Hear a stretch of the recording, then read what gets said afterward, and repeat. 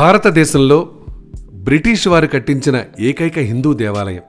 ఓహో, it's very interesting కదా, తెలుసుకుందాం.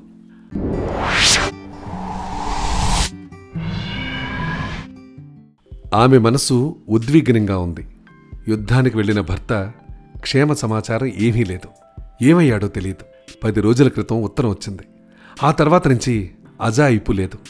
గుర్రంపై స్వారీ చేస్తూ తెలియకుండానే కొండపైకి ఎక్కుతోందామె. Martis, I miss you Martis, I miss you so much dear. కళ్లల్లో నీళ్లు తిరిగాయి.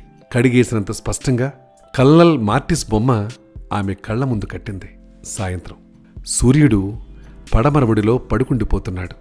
కొండమీద కాషాయ కాంతి విరజిమ్ముతోంది. వింత నిశ్శబ్దం అంతా పరుచుకుపోయింది. ఉన్నట్టుండి గణగణ గణగణ గణ గణగణ గణగణ గణ గంటల శబ్దం నిశ్శబ్దాన్ని చీల్చుకుంటూ వచ్చింది. ఆ శబ్దం వచ్చిన వైపు చూసిందామె. దూరంగా ఒక శిథిల దేవాలయం. అందులో నుంచి హారతి దీపాల వెలుగు, ధూపాల పొగ, ఘంటారావం. అప్రయత్నంగానే ఆమె ఆ గుడివైపు వెళ్ళింది. గుడి ముందు గుర్రం దిగి చెప్పులు విప్పి లోపలికి వెళ్ళింది. లోపల వైద్యనాథ మహాదేవ శివుడు లింగాకారంలో విచిత్ర కాంతులు వెదజల్లుతూ అర్ధనిమీలిత నేత్రాలతో పూజారి అర్చన చేస్తున్నాడు. ఆయన నోటి నుంచి మంత్రాలు అలవోకగా వెలువడుతున్నాయి. ఆమె తనకు తెలియకుండానే అక్కడే నిలబడిపోయింది. కళ్ల నుంచి ధారగా నీరు కారుతూనే ఉంది. పూజ పూర్తి కాగానే పూజారి ఆమె వైపు చూశాడు. మేం సాబ్, తీర్థం తీసుకోండి. ఏమిటమ్మా, ఏదో దుఃఖంలో ఉన్నట్టున్నారు?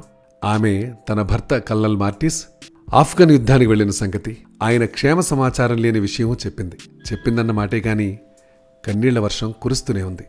మేం సాబ్, కంగారు పడకండి. వైద్యనాథ్ మహాదేవుడు అందర్నీ కాపాడతాడు. ఆయన దయుంటే మృత్యువేమీ చేయదు. అంతఃకరణ శుద్ధిగా వైద్యనాథుణ్ణి అర్చించండి. ఓం నమశివాయ అన్న మంత్రాన్ని 11 రోజుల పాటు లఘురుద్రి జపం చేయండి. అంతా మంచే జరుగుతుంది అన్నాడు. ఆమెకి ఏం వినిపించిందో తెలియదు కానీ ఆ మరుసటి రోజు నుంచే అన్నపానాలు మానేసింది. అన్ని పనులు మానేసింది. తన గదిలోనే కూర్చుంది. ఓం నమశివాయ, ఓం నమశివాయ మంత్రం జపించసాగింది. మరొక ధ్యాస లేదు, ఇంకో ధ్యానమూ లేదు.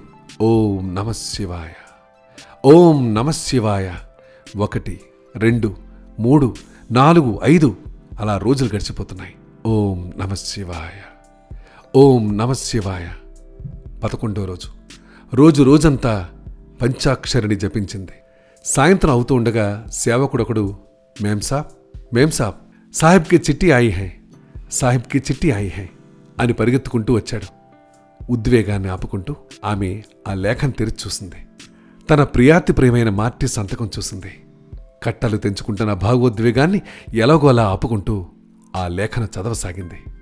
డియర్, గతంలో నీకు రేఖ రాసిన మరుసటి రోజు నుంచే ఆఫ్ఘన్లు మా పటాలాన్ని చుట్టుముట్టారు.